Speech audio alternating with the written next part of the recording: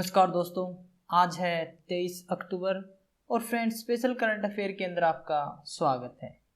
आज का हमारा पहला क्वेश्चन है, गरीबी उन्मूलन के लिए अंतर्राष्ट्रीय दिवस कब मनाया जाता है? When is the international day for the eradication of poverty observe? तो 17 अक्टूबर को मनाया जाता है गरीबी उन्मूलन अंतर्राष्ट्रीय दिवस।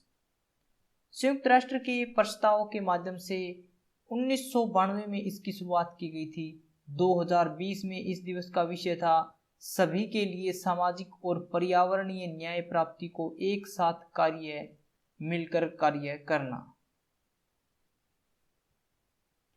पारिस्थितिकीय गरीबी से क्या अभिप्राय है? What does ecological poverty mean? तो पारिस्थितिकीय अवनयन के कारण लोगों का आय स्तर भी प्रभावित होता है। इस प्रकार पारिस्थितिकी अवनयन जनित आय गरीबी को पारिस्थितिक गरीबी कहा जाता है। The income level of the people is also affected due to ecological degradation. In this way income poverty generated ecological degradation is called ecological poverty.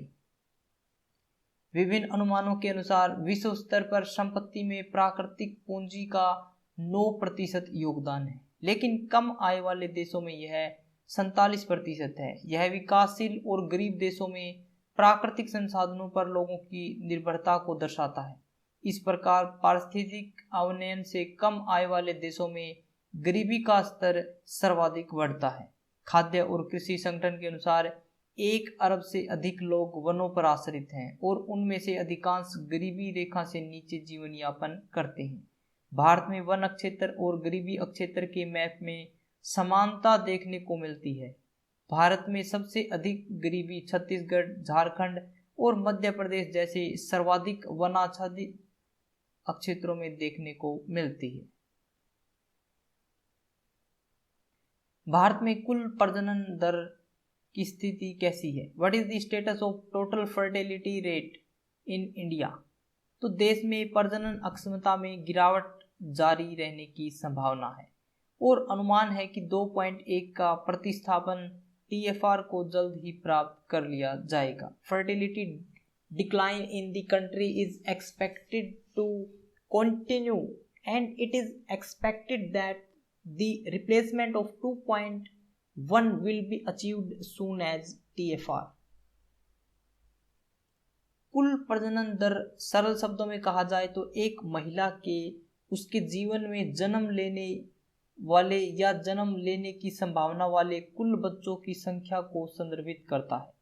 प्रति महिला लगभग 2.1 बच्चों के कुल प्रजनन दर को प्रतिस्थापन या TFR कहा जाता है।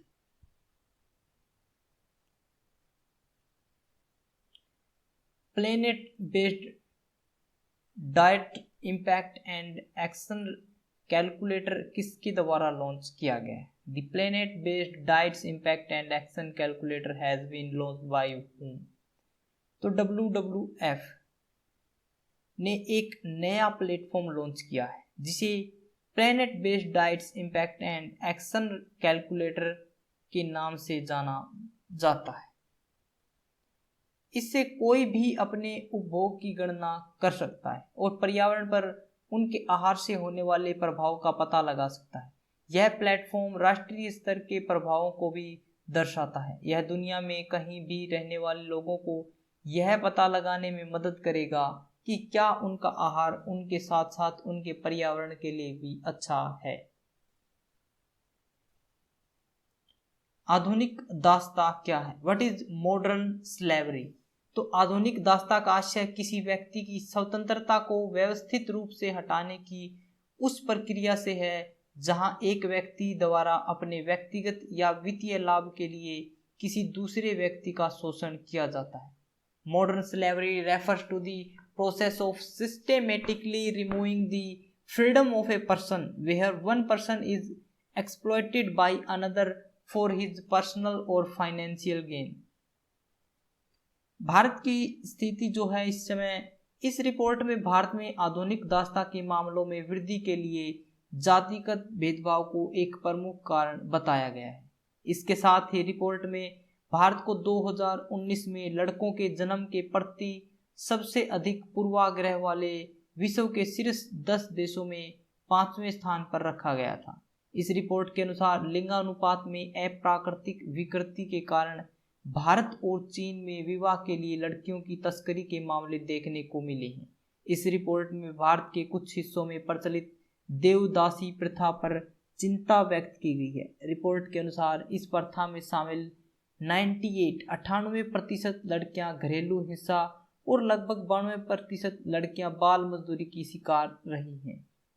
इस रिपोर्ट के अनुसार असम के चाय बागानों और दक्षिण भारत के कताई कारखानों में लड़कियों के बंधुआ मजदूर के रूप में कार्य करने के मामले सामने आए। फ्रेंड्स, अगर आपको किसी भी स्टेट के पीसीएस, वहाँ के पटवारी, क्लर्क, ग्राम सचिव, पुलिस, किसी भी एग्जाम के लिए अगर आपको करंट अफेयर प्रिपेयर करनी है तो आप यहाँ से कर सकते हैं। बोडोज क्या है? What is Bodos? तो यह असम में अधिसूचित अनुसूचित जनजातियों का सबसे बड़ा समुदाय है। बोडो कचारी समूह के रूप में असम की कुल आबादी में बोडो समुदाय की लगभग 5 से 6% जनसंख्या निवास करती है। It is the largest community of notified scheduled tribes in Assam. About 5 to 6% of the total population of the Bodo community is inhabited by Assam as a Bodo Kachari group. 1967-68 Bodo राज्य के लिए सर्वप्रथम संगठित मांग असम के राजनीतिक दल मैदानी आदिवासी परिषद द्वारा की गई थी। भारत की हींग कृषि परियोजना क्या है? What is India's asafoetida project? तो भारत में हींग की कृषि नहीं की जाती। भारत प्रतिवर्ष ईरान, अफगानिस्तान और उज्बेकिस्तान से लगभग 1200 टन कच्ची हींग का आयात करता है, जिसकी लागत लगभग 600 करोड़ रुपए है। 2017 में आईएसबीटी ने भारतीय हिमालयन के क्षेत्र में हींग की कृषि के लिए एक प्रायोगिक परियोजना का पर विचार के साथ राष्ट्रीय पादप आनुवंशिक संसाधन ब्यूरो से संपर्क किया। जून 2020 में आईएसबीटी द्वारा हींग की कृषि के लिए हिमाचल प्रदेश के कृषि मंत्रालय के साथ एक समझौता ज्ञापन पर हस्ताक्षर किए गए हैं। कृषि मंत्रालय ने लाहौल स्पीति घाटी में ऐसे 4 स्थानों की पहचान की है और इस क्षेत्र में 7 किसानों को हींग के बीज वितरित किए हैं। उर्वरक सब्सिडी का अर्थ क्या है? What is the meaning of fertiliser subsidy? तो किसान उर्वरकों को अपनी आवश्यकता अनुसार अधिकतम खुदरा मूल्य के आधार पर खरीदते हैं, जो कि मांग और आपूर्ति आधारित बाजार मूल्य और उत्पादन आय में आने वाले खर्च की अपेक्षा काफी कम होता है। Farmers purchase fertilisers based on the maximum retail price as per their requirement, which is much lower than the demand and supply based market price and the cost of production import.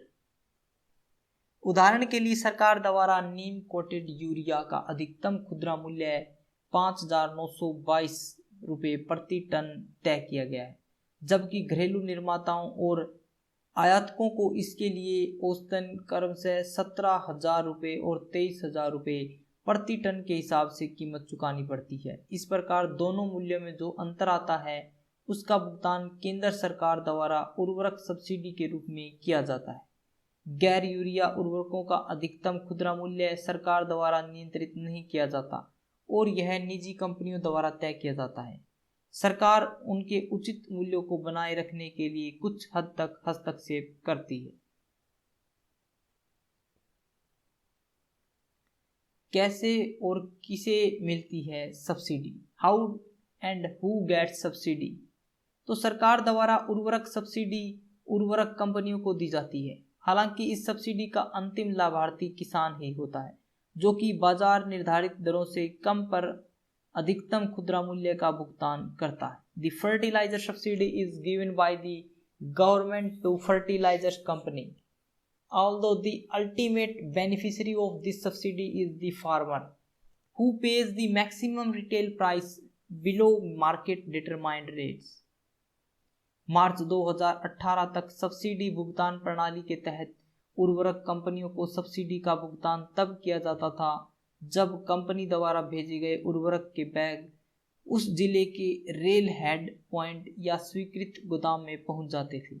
2018 में सरकार द्वारा इस संबंध में प्रत्यक्ष लाभ हस्तांतरण प्रणाली शुरू की गई, जिसमें उर्वरक कंपनियों को सब्सिडी का भुगतान तभी किया जाता है जब किसानों द्वारा खुदरा विक्रेताओं से वास्तविक खरीद की जाती है।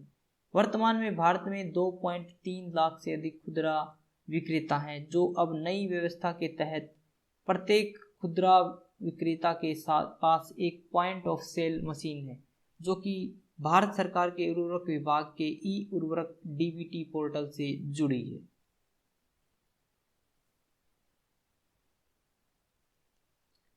कुछ अलग करना है तो भीड़ से हटकर चलो। भीड़ साहस तो देती है पर पहचान छीन लेती। फ्रेंड्स, अगर आपको कुछ अलग करना है तो भीड़ से हटकर चलना होगा। जो और लोग कर रहे हैं आपको उससे रास्ता अपना अलग चुनना होगा। अगर आपको कुछ अलग करना है, कुछ बड़ा करना है, तो जो और लोग कर रहे हैं उस कार्य को दूसरे तरीके से करना होगा।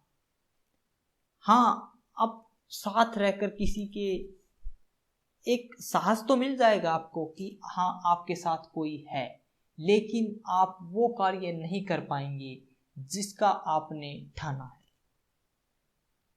फ्रेंड्स, अगर आपको वीडियो अच्छी लगी तो इसे लाइक करें, शेयर करें और हमारे चैनल को सब्सक्राइब करें ताकि आपको नोटिफिकेशन मिलता रहे। अगर आपको इसकी पीडीएफ चाहिए तो आप हमारे टेलीग्राम ग्रुप से डाउनलोड कर सकते हैं, जिसका लिंक हमने डिस्क्रिप्शन बॉक्स में दिया हुआ है।